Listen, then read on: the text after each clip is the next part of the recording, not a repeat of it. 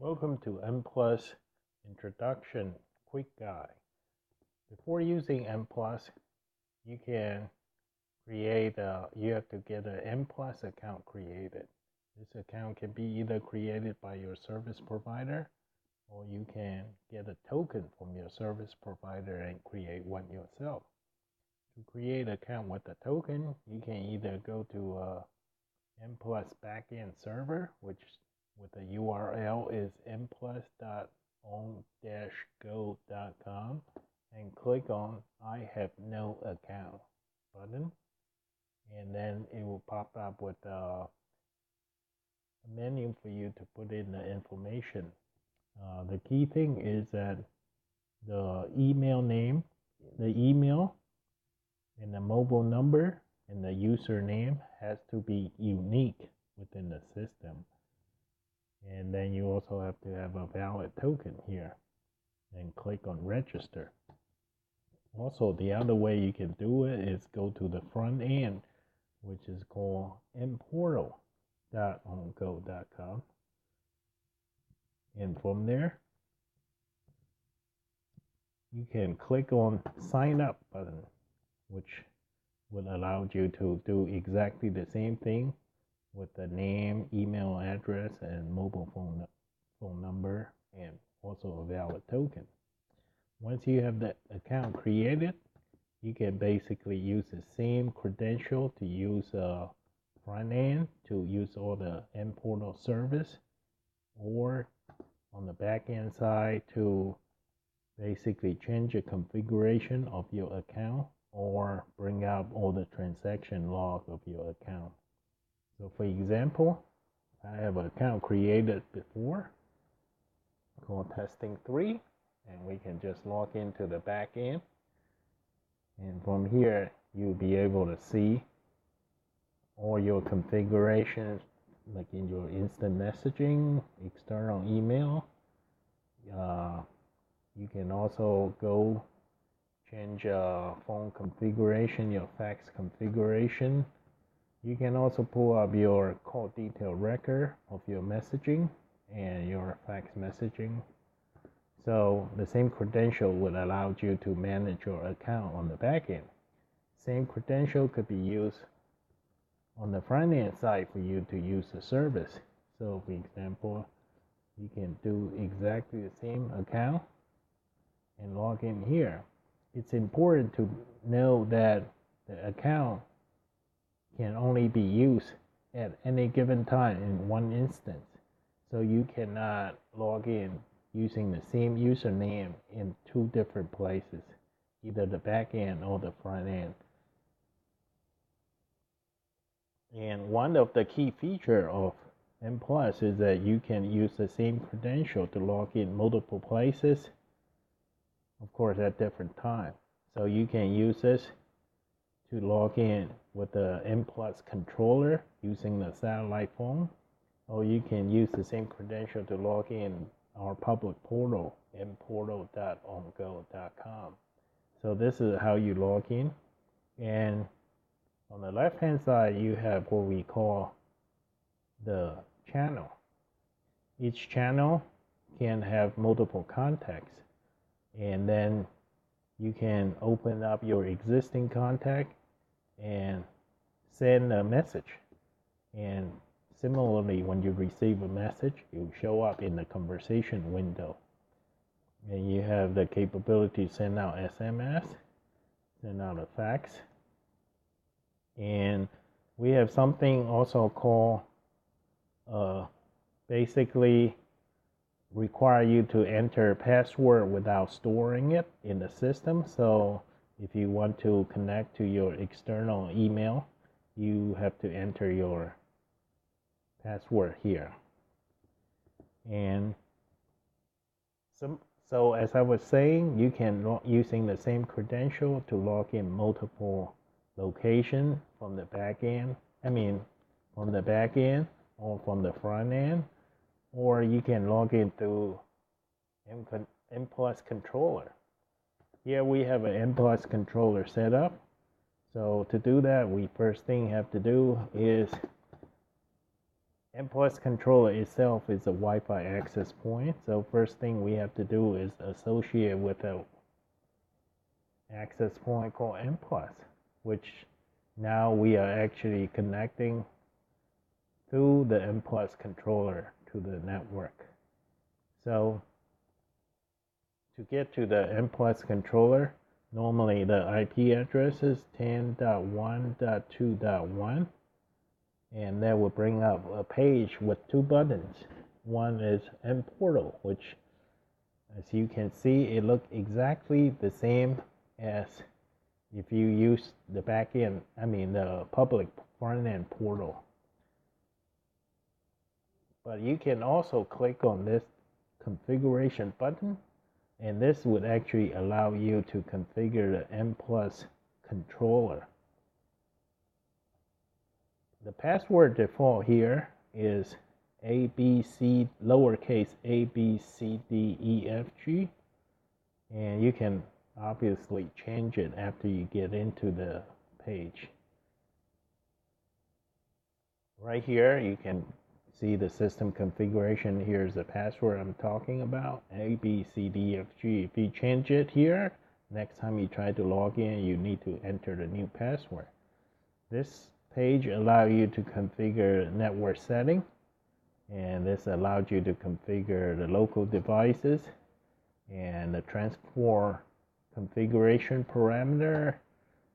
And this is a very important page. Normally, M Plus controller can work with various different satellite terminals, and you have to change your configuration based on whatever the satellite terminal you want to use.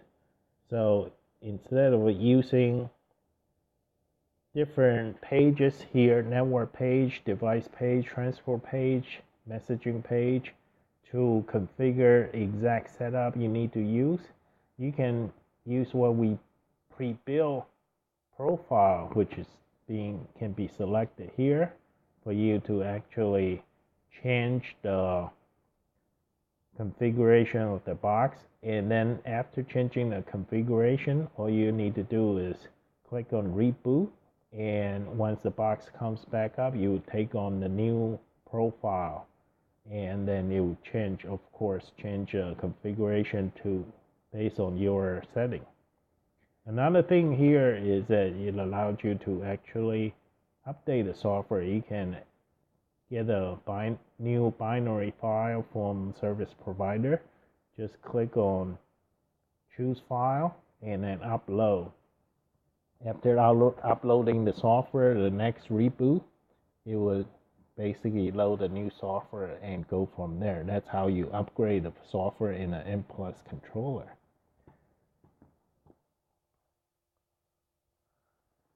So let's look at some of the service we have going through the M Plus controller. I'm going to use one account which we have called Testing3, and I'm going to open up another page and log in different account. And this basically try to demonstrate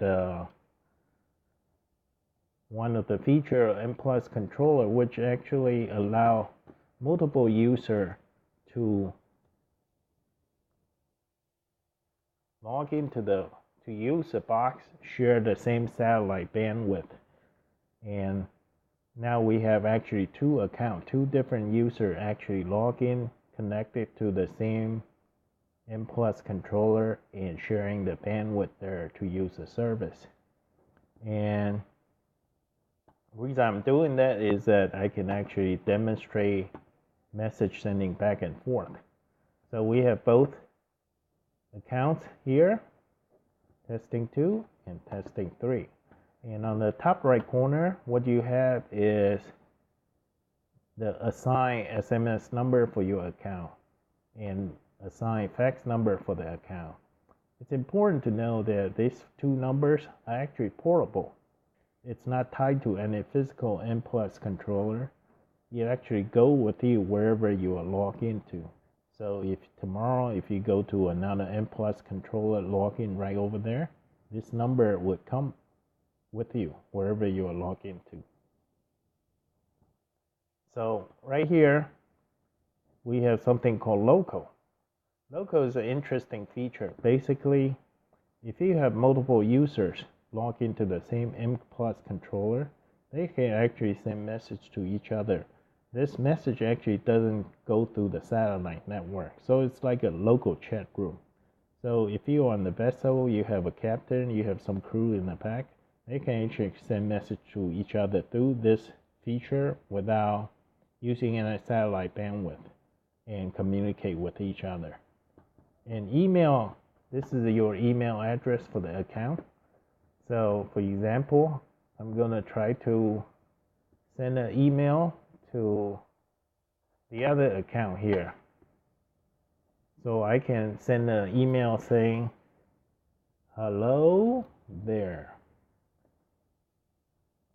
And the email gets sent out. It will actually travel, by doing it this way, actually message will actually travel over the satellite to the back-end ground station and send over the email system network and then come back into the other account and come up the satellite to the other account. So I say hello there and the message actually show up here. This is a different form, and as you can see, it go through satellite and it actually go through the internet, the email network, comes right back. So it takes a while. As opposed to doing the local chat, I can say hello there too. And it will go out rather quickly.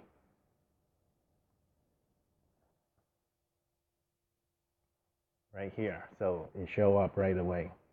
So the other thing you can do is send an SMS. It's allowed you to send an SMS text to any mobile number in the world.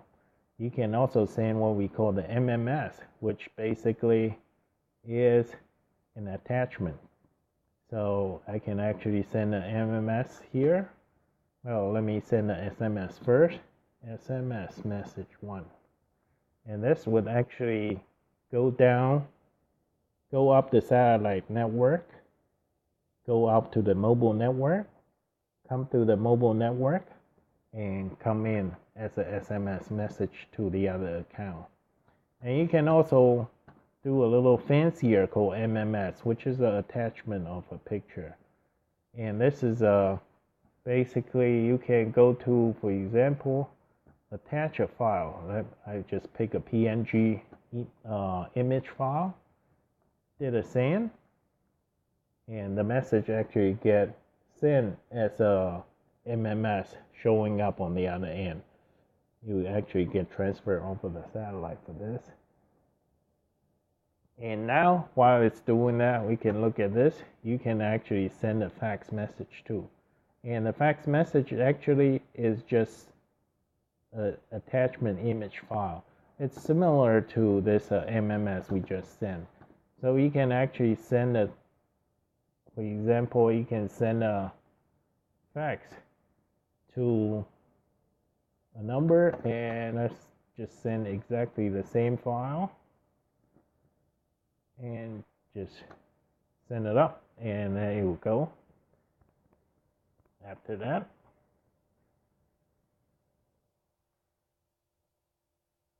and another thing that you can do is that we actually offer news feed.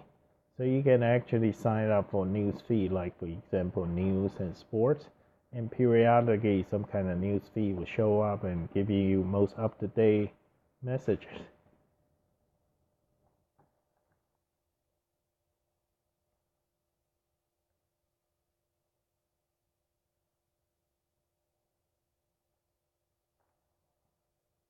So while the message is being transferred, as you can see here, you don't have a timestamp. When the timestamp show up, it actually means it actually arrived to the other side. And we send an SMS to the other account's SMS number, and you can actually see that it received a MMS as an attachment. And one of the features M Plus has is that it actually allows the user full control of the message. That means you don't, when you receive a message, big or small, you don't suddenly get the message, and that means you actually have to pay for the bandwidth to get the message down. What we normally do when the message, especially with a big attachment like the MMS we just sent, is that we actually send you a little header. So as a user, you can actually decide whether it's worth your while to actually download it. For example, if I don't really care who receive a MMS for this number, I won't click on this, so I won't be using any satellite bandwidth. But if I do want to use it, I can click on it, it get downloaded, and I can open the file and see what's inside. So this is pretty much how you use M+.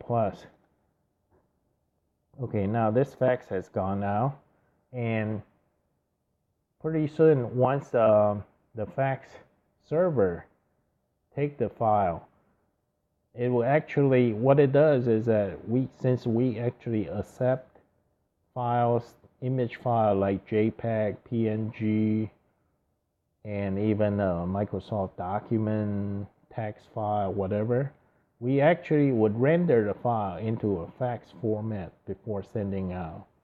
Here we actually got some news feed. This is the news, and this is the sports news.